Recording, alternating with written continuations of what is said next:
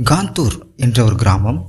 அந்த கிராமத்தை சுற்றி பனிப்பாறைகள், பனிக்கட்டிகளும் சரி, பனி மலைகளும் சரி அதை சுற்றி இருக்குது.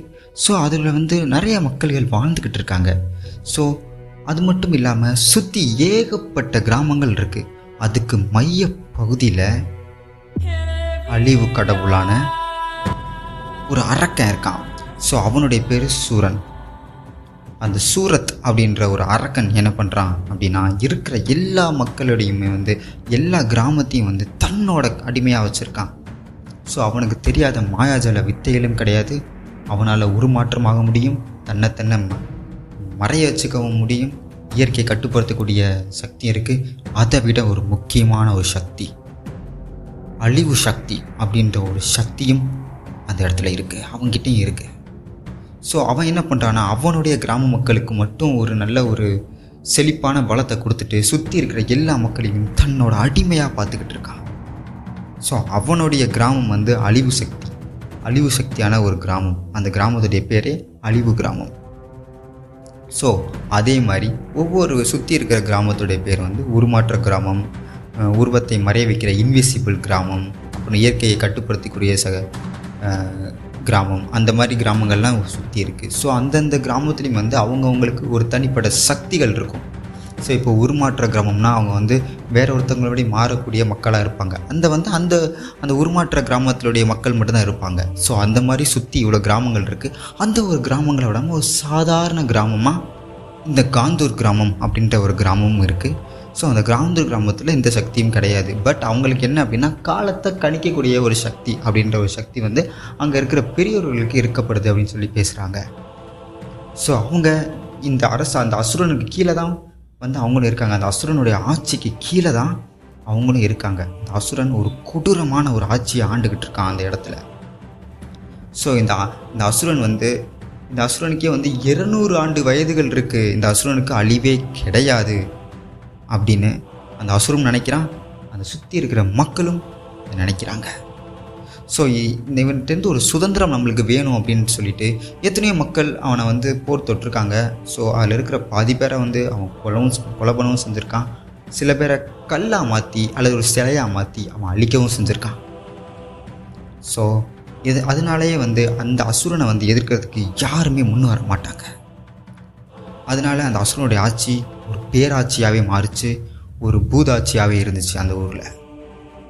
ஸோ இப்போது அந்த காந்தூர் கிராமத்தில் இருக்கிற பெரியவர்கள் எல்லாருமே இந்த சோழி போட்டு காலத்தெல்லாம் கணிப்பாங்க. ஸோ அந்த மாதிரி ஒரு சோழி போட்டு ஒரு காலத்தை கணிக்கிறாங்க.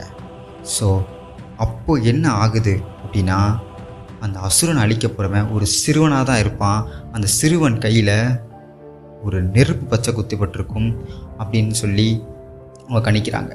ஸோ அந்த சிறுவன் உருவமாற்றம், அப்புறம் மறைதல் சக்தி, அப்புறம் இயற்கையை கட்டுப்படுத்துகிற சக்தி, கடைசி அழிவு சக்தி, இந்த 4 சக்தி அந்த சிறுவன் கற்றுக்கிட்டால் மட்டும்தான் கண்டிப்பாக அவனை அழிக்க முடியும் அப்படின்ற மாதிரி அந்த பெரியவர்கள் அவங்க எல்லாருமே ஒரு காலத்தை கணக்கிடுறாங்க. ஸோ இப்படி கணக்கிட்டுக்கிட்டு இருக்கும்போது திடீர்னு பார்த்தா ஒரு மிகப்பெரிய புயல் ஒன்று வருது.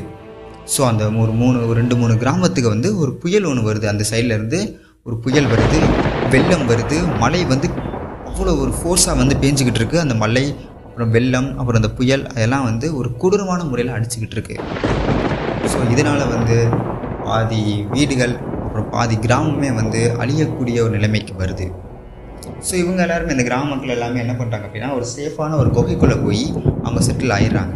ஸோ அந்த புயல், அப்புறம் இந்த மழை, இடி எல்லாமே, இந்த டிசாஸ்டர் எல்லாமே கொஞ்சம் கம்மியானதுக்கப்புறம் திரும்பி வெளியே வர்றாங்க. அவங்களுடைய வீடு, நிலம் எல்லாமே அழிஞ்சு போயிருந்திருக்கு.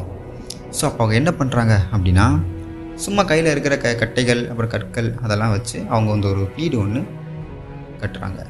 ஸோ அப்படி கட்டிக்கிட்டு இருக்கும்போது ஒரு 3 ஃப்ரெண்ட்ஸ் வந்திருக்காங்க. 3 ஃப்ரெண்ட்ஸ், சின்ன பசங்க, ஒரு 3 ஃப்ரெண்ட்ஸ், ஒரு 15 வயது சிறுவர்கள்னு வச்சுக்கோங்க. அவங்க ஒரு 3 ஃப்ரெண்ட்ஸ் இருக்காங்க. ஒருத்தர் பேர் ஜிங்க், இன்னொருத்தர் பேர் நான்சி.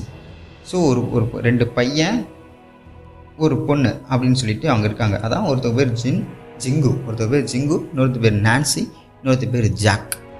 இந்த 3 பேருமே சின்ன வயசுலேருந்து ஒரு திக் ஃப்ரெண்ட்ஸாகவே அந்த கிராமத்தில் இருந்துக்கிட்டு இருக்காங்க. ஸோ அவங்களும் தன்னுடைய தந்தையாருக்கு ஹெல்ப் பண்ணுறதுக்காக பார்த்துக்கிட்டு இருக்காங்க. அவங்களும் ஒரு டென்ட் ஒன்று போட்டுக்கிட்டு இருக்காங்க. இரவு அங்கே தங்கணும் அப்படின்றதுக்காக ஒரு டென்ட் போட்டுக்கிட்டு இருக்காங்க. ஸோ அந்த டென்ட்டு போட்டுட்டு இருக்கும்போது காற்றுக்கு பறக்கும்ல. ஸோ அதை வந்து நம்ம வந்து தடுத்து நிறுத்தணும் அப்படின்றதுக்காக அந்த டென்ட் வந்து பறக்காமல் இருக்கிறதுக்காக சில கற்களை வந்து அங்கே சேகரித்து வைக்கிறாங்க. ஸோ அப்படி கற்களை சேகரித்து வைக்கும்போது இந்த ஆத்தோரமாக, அந்த கடலோரமாக வந்து, கடல் கிடையாது, ஒரு ஆத்தோரமாக வந்து ஒரு சிலை ஒன்று மிதந்துக்கிட்டு வருது. ஸோ அந்த தண்ணி ஓரமாக சிலை மிதந்துக்கிட்டு இருக்கிறத பார்த்து இவங்க 3 பேர் வந்து சிலை அழகாக இருக்கேன்னு சொல்லி தூக்கிட்டு வர்றாங்க. ஸோ தூக்கிட்டு வந்து கொஞ்ச நேரம் அதில் வச்சுட்டு அவங்க வேலையை பார்க்குறாங்க. ஸோ இந்த ஜாக்குன்ற பையன் என்ன பண்ணுறான் அப்படின்னா, சிறு சிறு கற்களாக எடுத்து வைக்கிறதுக்கு இந்த சிலை சும்மா வெட்டியாக தானே இருக்குது, இந்த சிலையை 2ஆக பொளந்து அதில் இருக்கிற கற்களை தூக்கி வச்சோம்னா வேலை ஈஸியாக முடிஞ்சிருமே அப்படின்னு சொல்லிட்டு இந்த ஜாக்குன்ற பையன் யோசிக்கிறான். ஸோ என்ன பண்ணுறான் அப்படின்னா, அவனோட இருக்கிற ஒரு மிக மிக சக்தி வாய்ந்த ஒரு ஆயுதம் ஒன்று வச்சுருக்கான். ஒரு கோடாரியோ ஒரு மண்வெட்டியோ அந்த மாதிரி ஒரு மிகப்பெரிய ஒரு கோடாரி மாதிரி ஒரு சக்தி ஒன்று வாய்ந்த ஒரு ஆயுதம் ஒன்று வச்சுருக்கான். அதை வச்சு அவன் அந்த அந்த சிலையை வந்து வெட்டுறான். வெட்டினவொடனே அந்த சிலை வந்து 2ஆக பொளக்குது. பொளந்தவுடனே ஒரு பெரிய வெளிச்சம் அந்த சிலையிலேருந்து ஒரு பெரிய வெளிச்சம் ஒன்று வந்து அடிக்குது. அந்த வெளிச்சம் என்ன அப்படின்னா, அதிலிருந்து ஒரு சிறுவன், ஒரு சின்ன பையன் அதுலேருந்து வெளியே வர்றான்.